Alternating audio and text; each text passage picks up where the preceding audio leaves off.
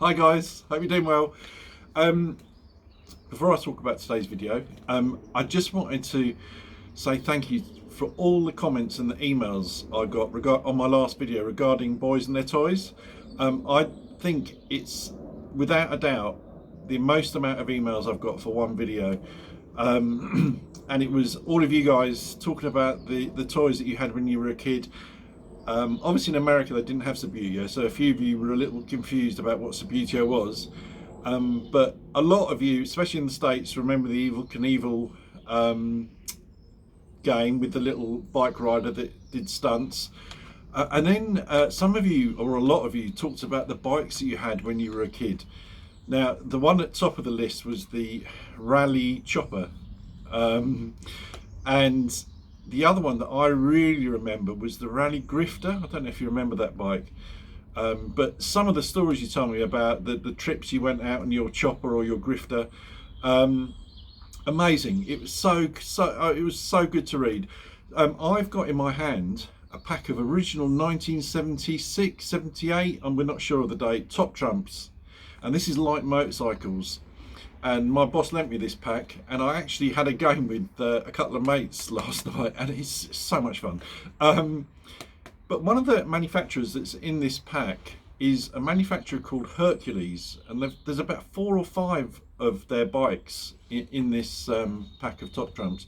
I've never heard of them before, and my friends that I was with last night, none of us had heard of them. I don't know if you've heard of it. I mean, we weren't really bikers when we were young, or we weren't into bikes till we were probably in our 30s, if the truth be said. So maybe they were around before we got into bikes. But Hercules, if anyone's heard of them, let me know. Right, guys, the other thing I want to talk to you about is I've just watched the MCN review on the Royal Enfield Shotgun 650, which is, I thought it was just literally the Super Meteor, but without a back seat. That's my bad. That's obviously incorrect. Watching the video that MCN did, apparently it comes with a rear seat when you buy it. I never even knew it had a rear seat. I thought it was just a bobber bike. And it's actually smaller than the Super Meteor. I don't think it's got the controls aren't as forward. And I have to say, I hate saying bad things about Royal Enfield, but I just don't like it. I really don't like it. I don't like the paint. They've got I think 4 different colours. I've only seen a couple, but it just doesn't do anything for me. The bike looks really squat, and I always think of it from my size. Obviously I'm 6'4". The Super Meteor was mega comfortable, but the Shotgun looks like it would be cramped for me. And I just didn't like the way it looked, which is weird. I thought I was going to love it. I thought, if I'm honest, and I'm not blowing my own trumpet here, but when I took the rear seat off and put the luggage carrier on my Super Meteor, I thought that looked better than the Shotgun 650. That's just my opinion. But tell me what you think. Do you like it, guys? I'm really, really hoping that the classic 650 is going to be the next one they bring out, because that's the one I'm really interested in seeing. But yeah, it didn't really do it for me. I know that he was raving about it on the MCN review, but I know it's all subjective, and it's really down to looks, because I know the engine's great, and I love Royal Enfield, but it's not my favourite Royal Enfield model. I prefer the Super Meteor. I think I probably prefer the Interceptor actually over the Shotgun, but that's just me. Let me know, guys, and let me know if I'm right, or if they were right on MCN, that it actually comes with a back seat and you just detach the whole rack, and it turns into a bobber style bike, because I really thought it was just a single seat motorbike. Anyway, guys, let me spin the camera around and show you the wraps that I've put on my Bonneville. I absolutely think they look incredible. I still have to trim them, so before anyone says, oh, you put them on the wrong way around, I haven't trimmed them yet. I just wanted it to sort of set in, and sort of the glue to take. So let me spin the camera around.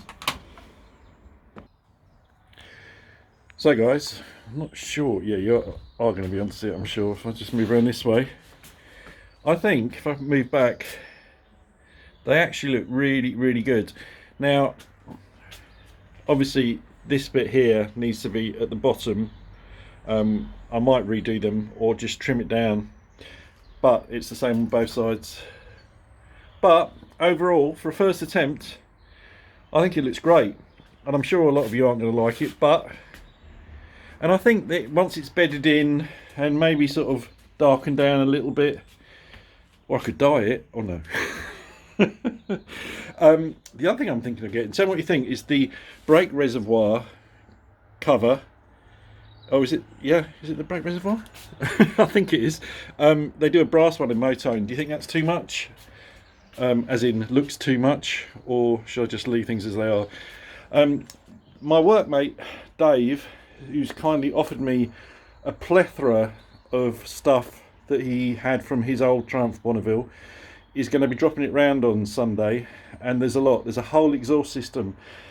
The question I've got for you guys, his was a T100 black. Would the exhausts be the same as the T120? Because if they are, I can just swap them out.